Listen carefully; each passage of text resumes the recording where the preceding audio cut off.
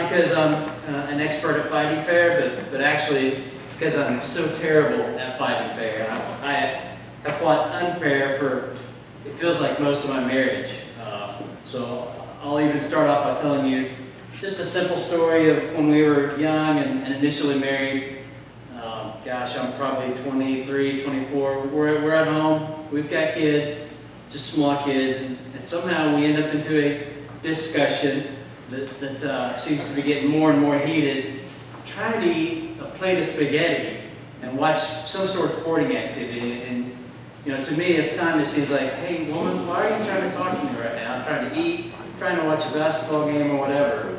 And it just kept escalating. Well, being who I am, it wasn't very long at all before, without even standing up or anything, I just took my plate of food and I just threw it across the room, up against a wall, and within pretty short order, probably within just 3 or 4 minutes, I was out of there. You know, I just left. No offer to clean up the mess that I made or try to make amends or do anything. So I tell you that story just to talk about how fighting unfair can be and how much of that I've done over the years. So let me ask a couple of questions, and it's mostly rhetorical, but just think to yourself, as a couple, do you all fight fair, or do you fight unfair?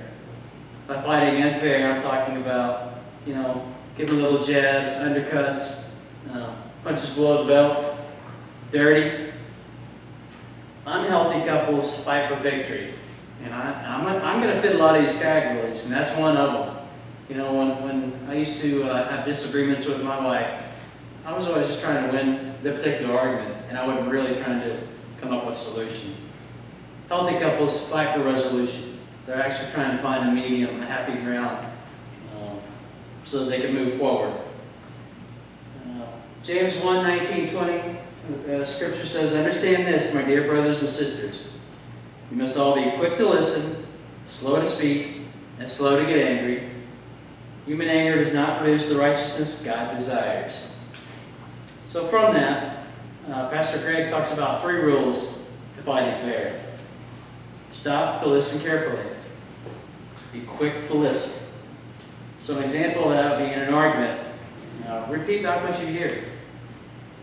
It forces you to listen, validates the other's feelings, and it might sound something like, "I understand how you feel that way. Whenever I do, blank." Studies show that we hear 5 times faster than people speak. So I know you guys have been there, right? You're in a disagreement, you're listening to her, but at the same time your mind's already racing ahead. Well, I'm going to say this. Well, here's what I'm going to say next. And you're like, oh, this is going to get her. So be focused.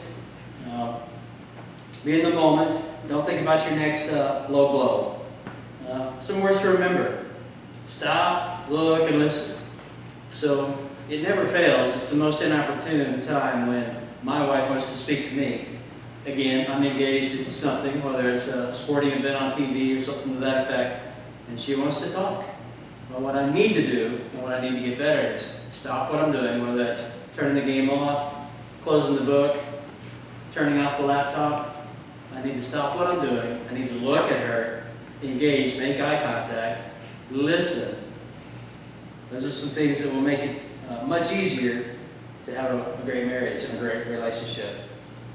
The second thing from those same group of scriptures, guard your words faithfully. In other words, be slow to speak. Proverbs 21:23, this is a good one. Watch your tongue and keep your mouth shut, and you will stay out of trouble. Pretty smart. So before speaking, ask yourself, is what you're thinking you want to say, should it be said? Maybe so. Should it be said right now? And I fall into this category.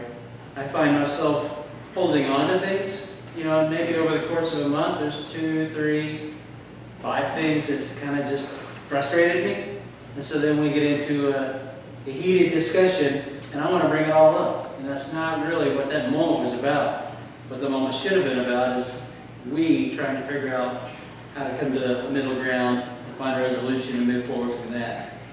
One example that was even in the series is write your note on a post, or write your discussion topic, if you will, your focus on a Post-it note and keep it right there between you so that you can stay on topic, on focus. Pastor Craig has a couple tips in this area. He calls marital checkup. And this is something you do, discuss with your spouse or your significant other during healthy times, non-conflict times.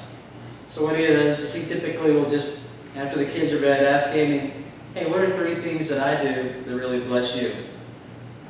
And so that gives her the opportunity to tell him what he does that she likes, or that she really appreciates. And thus it builds momentum.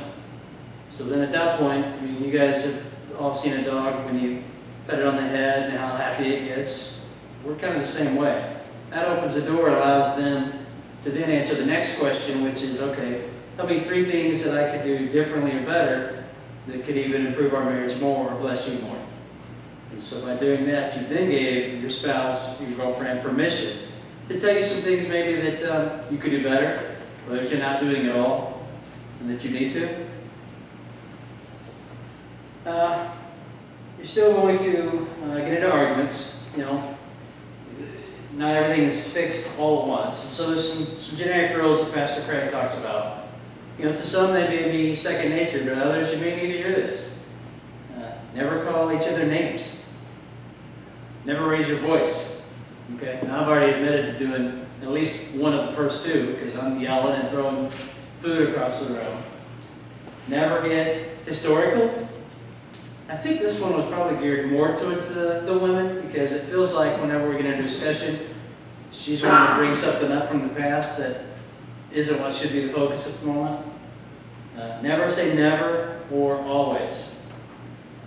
You can really hurt someone's feelings, and the likelihood of it being true is not very good if you're to say something to the effect of, well, you never do this. And then never threaten divorce. That's something that throughout all the years, that's one thing that I took to heart, and I saw that through my parents. When times are tough, you may struggle, but you're always going to be working through it, trying to get past it, and divorce is just not an option. And that would be a low blow if you're constantly bringing up the D word. Number 3, handle your anger righteously. Slow to get angry. There are some things that just aren't worth it. And you guys, you know what they are. You've heard the term pick your battles. And for those of you who've been married for a while, you've probably gotten pretty good, and you know pretty quickly when a discussion arises, this just isn't going to be worth it. I'm going to let it go. Don't get defensive. Ephesians 4:26-27 says, don't let the sun go down while you are still angry, for anger gives a foothold to the devil. And I got to say, out of everything, this may be the thing that I'm the worst at, because my whole adult married life, I've been one that carries grudges.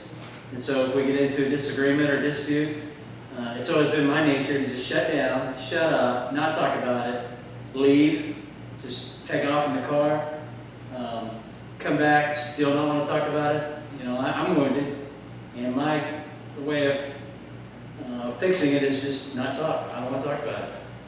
And then so going to bed in the other room, going to bed mad, and I realize now all the mistakes that I made by doing that. When you go to bed angry and you don't resolve things, as Pastor Greg says, that may mean 5 nights that you don't get very much sleep because you're still trying to work through your disagreement. But when you do that, you're giving a foothold to the devil. And I can speak from experience that that is in fact the case. The next morning you get up and you just start off the day not even talking to each other. And so it just festers, and it gets inside, and that's where Satan really starts to attack you, and then you start thinking these things. Good communication connects us. You should be able to do this without getting angry. Trust. Your wife or your girlfriend has to know that you're going to be genuine, honest, and no judgment. One other thing is, we're all different. And most of you know that. We all have different personalities and different traits, and we need to enjoy those. And that's what makes us human and makes us good couples. If I were married to myself, that probably wouldn't work out very good. And so that's all I got on fighting fair. Hopefully some of these will help some of you guys out. And we've got some questions there for all us to go over at your table. So let's go to